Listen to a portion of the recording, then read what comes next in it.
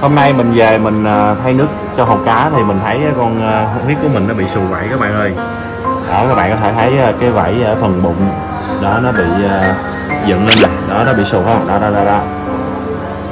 Ok thì cái trường hợp này á mình thấy là cũng chưa có phải là quá nặng và mình cũng phát hiện nó cũng tương đối sớm, thành ra là mình sẽ cố gắng trị các bạn. Bây giờ mình sẽ đi vào sâu hơn cái bệnh này và cái cách trị để mình chia sẻ với các bạn ha, những gì mình biết ha. Đó, mình cũng tham khảo qua một số những cái anh em có kinh nghiệm. Đó thì bây giờ mình sẽ chia sẻ với các bạn những gì mình biết. Ok.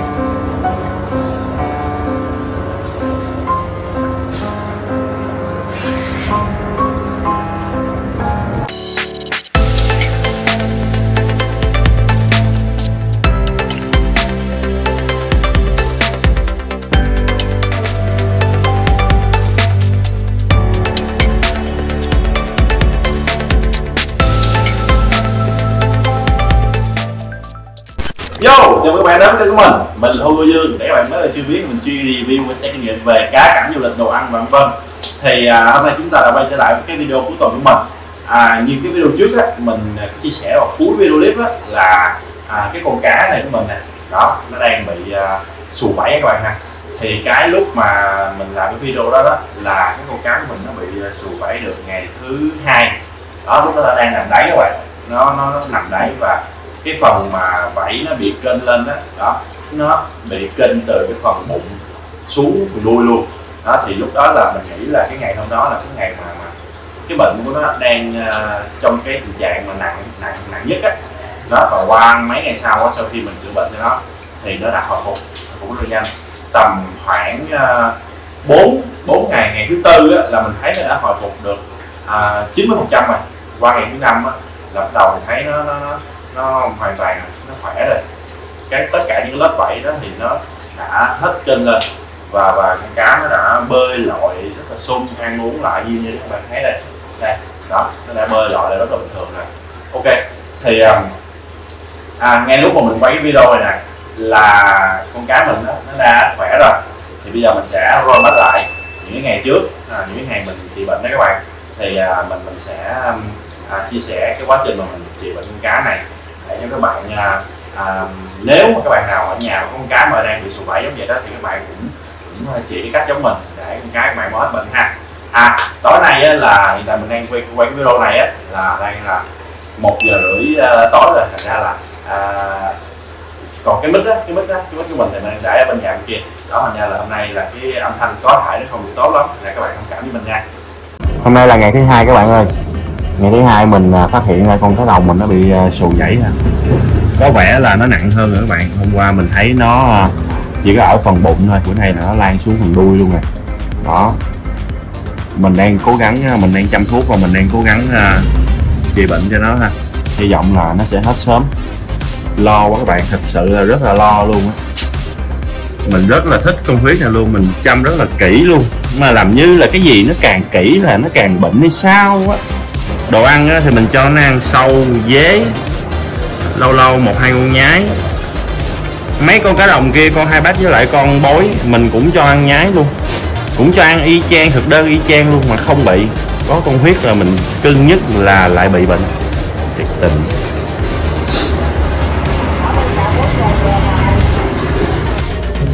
Ok, như vậy thì đi sâu vào cái nguyên nhân mà bị xù vảy đó các bạn, thì có rất là nhiều nguyên nhân dẫn đến cái việc con cá đồng nó bị xù vảy ha. Thì ví dụ như là thức ăn bị nhiễm khuẩn, chất lượng nước không tốt, hoặc là có thể là ngoài Bắc thì có thể là trên là nhiệt độ quá cao thì nó cũng những nguyên nhân trên cũng sẽ dẫn đến cái việc là con cá nó bị xù vảy. Và cái tình trạng cũng như là cái loại xù vảy á, cái loại xù vảy nặng hay nhẹ, hay là nó còn kéo theo những cái tình trạng khác á, ví dụ như nấm hay là con cá thở gấp bơi lờ hay là bị xuất huyết chẳng hạn đó.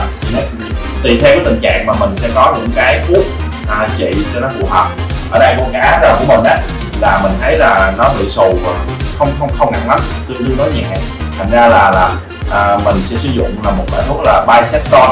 Đó thì ngoài cái thuốc mình đang sử dụng á, thì nó cũng có rất là nhiều loại thuốc, ví dụ như cá số 5, hoặc là Miconax hoặc là Tetracycline đó. Những cái này thì theo mình biết thì nó chỉ sù vẩy, nhưng mà ở đây thì mình sẽ sử dụng Phytoton để trị nhiễm khuẩn đó, nó là một kháng sinh để nó trị các bạn ạ.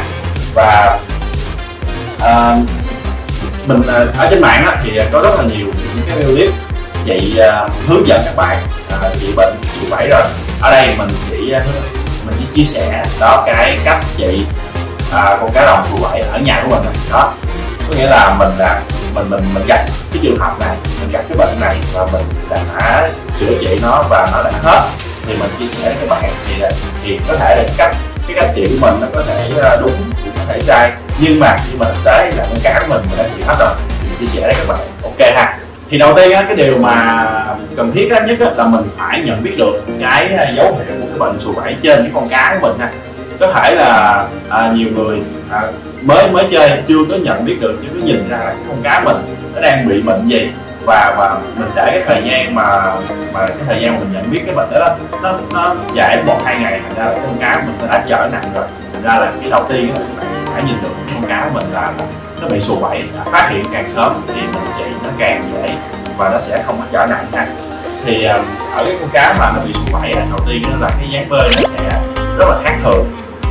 Con cá bình thường nó bơi thư thái, nó bơi uống lượng rất là bình thường, còn con cá mà bị sù vẩy thì nó sẽ bơi gấp, bơi vội vàng, và các bạn để ý là cái phần vai đó nó sẽ bị dính lại, nó bị gọi là bị túm á, nó bị túm các bạn, và cái càng nó sẽ không xòe ra đó. Và khi mà con cá mà nó uống á, khi mà nó quay đầu á, thì các bạn thấy là nó sẽ hơi khó khăn khi quay đầu. Và cái dấu hiệu mà dễ nhận biết nhất là các bạn nhìn khi mà con cá nó quay đầu á, các bạn nhìn cái lớp vảy của nó, các bạn thấy nó bị kênh ra, nó không có ôm sát vào cái body của con cá đó, nó sẽ hở ra các bạn ha. Và các bạn nhận biết á, là cái bệnh mình đó, cái bệnh của con cá mình nó là nặng hay nhẹ là tùy theo cái độ hở của cái lớp vảy đó. Nếu mà hở ra rộng quá đó, đó là con cá mình nó đã bị sù vẩy nặng rồi. Còn nếu mà nó kênh nhẹ thôi và nó không có lan ra nhiều thì con cá mình là tương đối dễ trị. Ok, đó các bạn thấy con cá của mình hiện tại không? Hôm nay là ngày thứ 3 mình trị bệnh cho sù vẩy với con cá đó. Đây cái lồng vảy nó, mình thấy là hôm nay là nó có vẻ là nó khép lại nhiều hơn rồi, khép lại hôm qua rồi. Cái phần đuôi á đó, hôm qua là nó xù xuống phần đuôi luôn, hôm nay là phần đuôi là có vẻ nó khép lại rồi. Để tí nữa nó sẽ bơi dọc lại cho mình xem, cho các bạn xem cái lồng vảy của nó đó. Thấy chưa? Phần đuôi này nó đỡ rồi các bạn ha. Như vậy là tiến triển rất là tốt các bạn. Hôm qua là con cá nó còn nằm đáy, nó bơi lội chậm lắm, mình thay nước á nó mới bơi chỗ khác thôi. Hôm nay là nó bắt đầu nó bơi kiếm mồi rồi, nó bơi sung hơn rồi. Bây giờ nó cái lượng đây là chắc mình nghĩ nó cũng có vẻ đói đó các bạn. Đó, thành ra là mình thấy là nó sức khỏe nó hồi phục đây rất là tích cực luôn. Thì nãy giờ mình đã chia sẻ với các bạn là cái dấu hiệu nhận biết con cá bị sù vẩy đó, và cái nguyên nhân cũng như là một số những loại thuốc có thể trị bệnh sù vẩy được. Thì quay trở lại với lại cái con cá đồng nhà mình đó, là mình sẽ trị bệnh nó như thế nào. Thì cái con cá nhà mình đó là mình thấy là nó không phải bị quá nặng, và mình cũng mới phát hiện ra, mình phát hiện sớm thì ra là mình sẽ trị bệnh bằng một loại thuốc đó là Phytoton. Và ok, thì bây giờ mình sẽ đi vào cái công thức trị bệnh ha. Và lát hồi mình sẽ tóm tắt lại cho các bạn bằng một cái bảng đó, thì các bạn hãy chụp hình lại để các bạn lưu vào điện thoại, để sau này nếu mà các bạn cá mà có lỡ xương mà các bạn các bạn chỉ cần mở nó ra các bạn xem thôi. Các bạn phải mở video clip của mình xem lại chi cho nó dài dòng. Ok, thì đầu tiên á là các bạn khi mà nếu mà cá độc các bạn nuôi cộng đồng thì các bạn nên tách riêng ra đó, các bạn tách riêng ra để các bạn giữ bệnh trị bệnh ha. Bởi vì nếu mà các bạn nuôi chung như vậy nếu mà mình sù vẩy nó những bệnh khác nó sẽ lây ra những bệnh khác đó. Và khi mà mình nuôi cộng đồng thì cái lượng nước rất là nhiều, và các bạn phải đánh một cái lượng thuốc nhiều để nó có thể nó đủ sức để nó trị bệnh, thì nó sẽ rất là tốn thuốc. Thì khi mà mình tách riêng ra, mình hạ nước thấp đó thì mình sẽ rất là đỡ tốn thuốc và con cá nó sẽ rất là ngon bệnh hơn, cũng như là nó sẽ không lây lan ra những cá khác. Thì ở cái trường hợp con cá của mình á là mình nuôi riêng rồi thì không nói rồi, và mình hạ nước thấp á, hạ nước thấp ở đây là nó thấp bao nhiêu thì thông thường thì mình thấy là hạ nước tầm khoảng 30 cm là ok đó. Và tiếp theo là các bạn phải duy trì nhiệt độ trong cái hồ, thì bệnh của mình là tầm khoảng 28-30 độ. Ở đây cái bình như vậy thì mình cần duy trì nhiệt độ như vậy để cá nó sẽ không bệnh hơn. Và cái sưởi của mình á thì mình sẽ đặt cái sưởi như thế nào để cho nó hiệu quả, thì theo kinh nghiệm của mình thì mình nghĩ á, là mình sẽ đặt cái sưởi ở gần cái luồng thổi ra đó, từ nước từ lọc đi vào hồ, thì các bạn đặt gần đó để cái sưởi đó nó có thể cái luồng nước nó có thể mang cái nhiệt độ đó hòa tan trong hồ, thì cái hồ nó sẽ ấm đều lên, sẽ duy trì nhiệt độ đều ở trong hồ. Ok. Và tiếp theo là mình sẽ sử dụng một loại thuốc đó, như ban đầu mình chia sẻ đó là một loại thuốc đó là Bicepton Bicepton 480 mg. Ok, thì một cái hộp như vậy nè là nó sẽ có một vị thuốc như thế này, một vị như này là 20 viên, và ở đây là 2.000 đồng một viên ha. Đó thì các bạn đánh một vị như này là mình nghĩ một cái hết bệnh luôn. Và cái cách đánh thuốc như thế nào đó, cái liều lượng đánh như thế nào, và thì một viên này nè các bạn sẽ đánh cho 50 lít nước đó, 50 lít nước. Ở đây hồ mình là khoảng 400 lít, nửa hồ thì là khoảng 200 lít, thì mình đánh 4 viên là ok. Và một ngày các bạn đánh thuốc 2 lần, mỗi lần cách nhau 8 tiếng. Sau mỗi ngày các bạn thay 10 đến 20% nước và các bạn đánh thuốc lại như vậy, đánh trong vòng 3 đến 4 ngày là cá nó sẽ hết bệnh ha. Và khi một lưu ý nhỏ là khi các bạn đánh thuốc á, là các bạn đừng có bỏ một viên một hộp, các bạn lấy viên thuốc đó các bạn giã nhỏ ra cho nó mịn ra, xong rồi các bạn cho cái bột vào trong hộp, nó sẽ mau tan hơn, nó sẽ hòa tan hơn và nó sẽ mau chóng nó phát huy tác dụng hơn ha. Ok. Khoan, còn một điều rất là quan trọng như các bạn nha, đó là khi mà các bạn trị bệnh á, bất cứ những cái bệnh nào thì trong cái quá trình các bạn trị bệnh các bạn không được cho cá ăn nha. Các bạn đừng có sợ là khi mình trị á, có thể là 7 ngày hay là nửa tháng hay là 1 tháng luôn thì con cá các bạn sẽ đói chết nha, không có gì nói đâu. Con cá mình á nó sẽ không có chết vì đói, nó chỉ chết vì bệnh các bạn ha. Trừ khi mà các bạn bỏ đói con cá của mình cả mấy tháng, cả nửa năm đó, thì quả mai là nó không có chết đâu, con cá nó rất là khỏe, nó có thể sống một thời gian dài mà không cần ăn luôn, nó chỉ chết vì bệnh nha các bạn ha. Rồi ở đây mình có một cái chén ha, mình sẽ cho thuốc vô cái ở đây mình không xử ly, mình cho 4 viên vô đó, 2 3 4. Rồi mình sẽ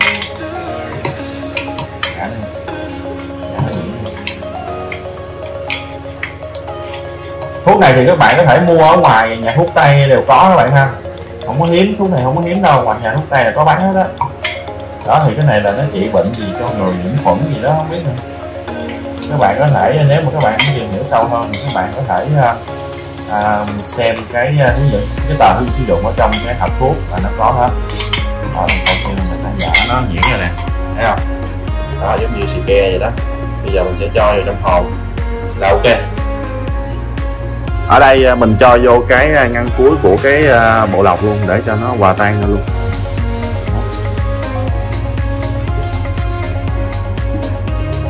Đó, hồi nó xuống dưới nước là nó hòa tan luôn. Vậy là nó sẽ rất là mau chóng hòa tan ở trong nước, nó sẽ phát huy tác dụng nhanh hơn các bạn ha.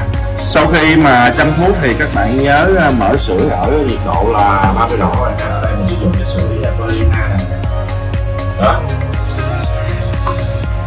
Ok. 30 độ này. Đó. Như vậy là các bạn chỉ cần làm đúng theo mình và khoảng 3 đến 4 ngày là con cá nó sẽ khỏe thôi.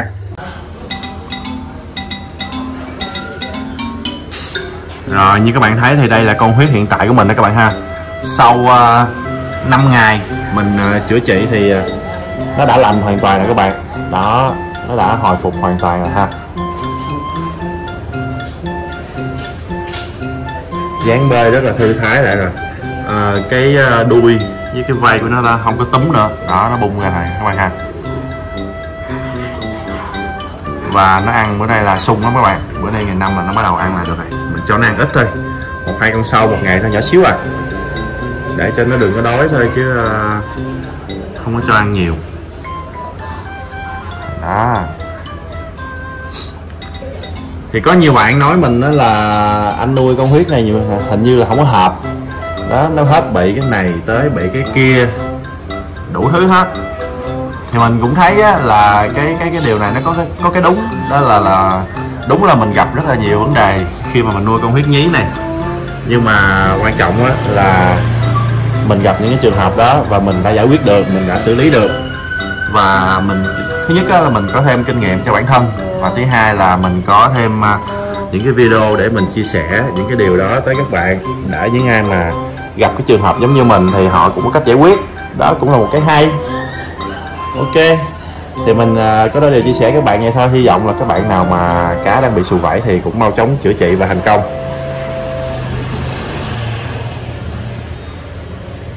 Thì vừa rồi mình đã chia sẻ các bạn đó cái quá trình trị bệnh của cá đồng của mình đó. Mỗi ngày đó, là mình đều theo dõi, mình đều quay video, mình đều chụp hình lại để mình xem cái tiến triển của cái cách trị này của mình nó có một cái đồng hồi phục hay không đó, và mình chia sẻ với các bạn những cái kinh nghiệm thực tế của mình đã trị con cá của mình tại nhà và nó đã hết bệnh ha các bạn ha. Rồi như vậy là mình rất là mong là những cái video về những cách trị bệnh của mình sẽ giúp ích được cho ít nhiều những bạn mà mới chơi, hoặc là những bạn mà con cá nó đang bị bệnh như này là nó mau hết bệnh hay các bạn ha. Như vậy cái video của mình đến đây kết thúc. Bên dưới clip của mình có một nút đăng ký, subscribe các bạn, và một cái chuông để các sinh. Nếu bạn thích clip của mình, bấm vào cái nút đăng ký cũng như là cái chuông ủng hộ thêm cho mình động lực ra những cái video hữu ích cho bạn nha. Mình là Hugo Dương, cảm ơn các bạn rất là nhiều. Bye bye.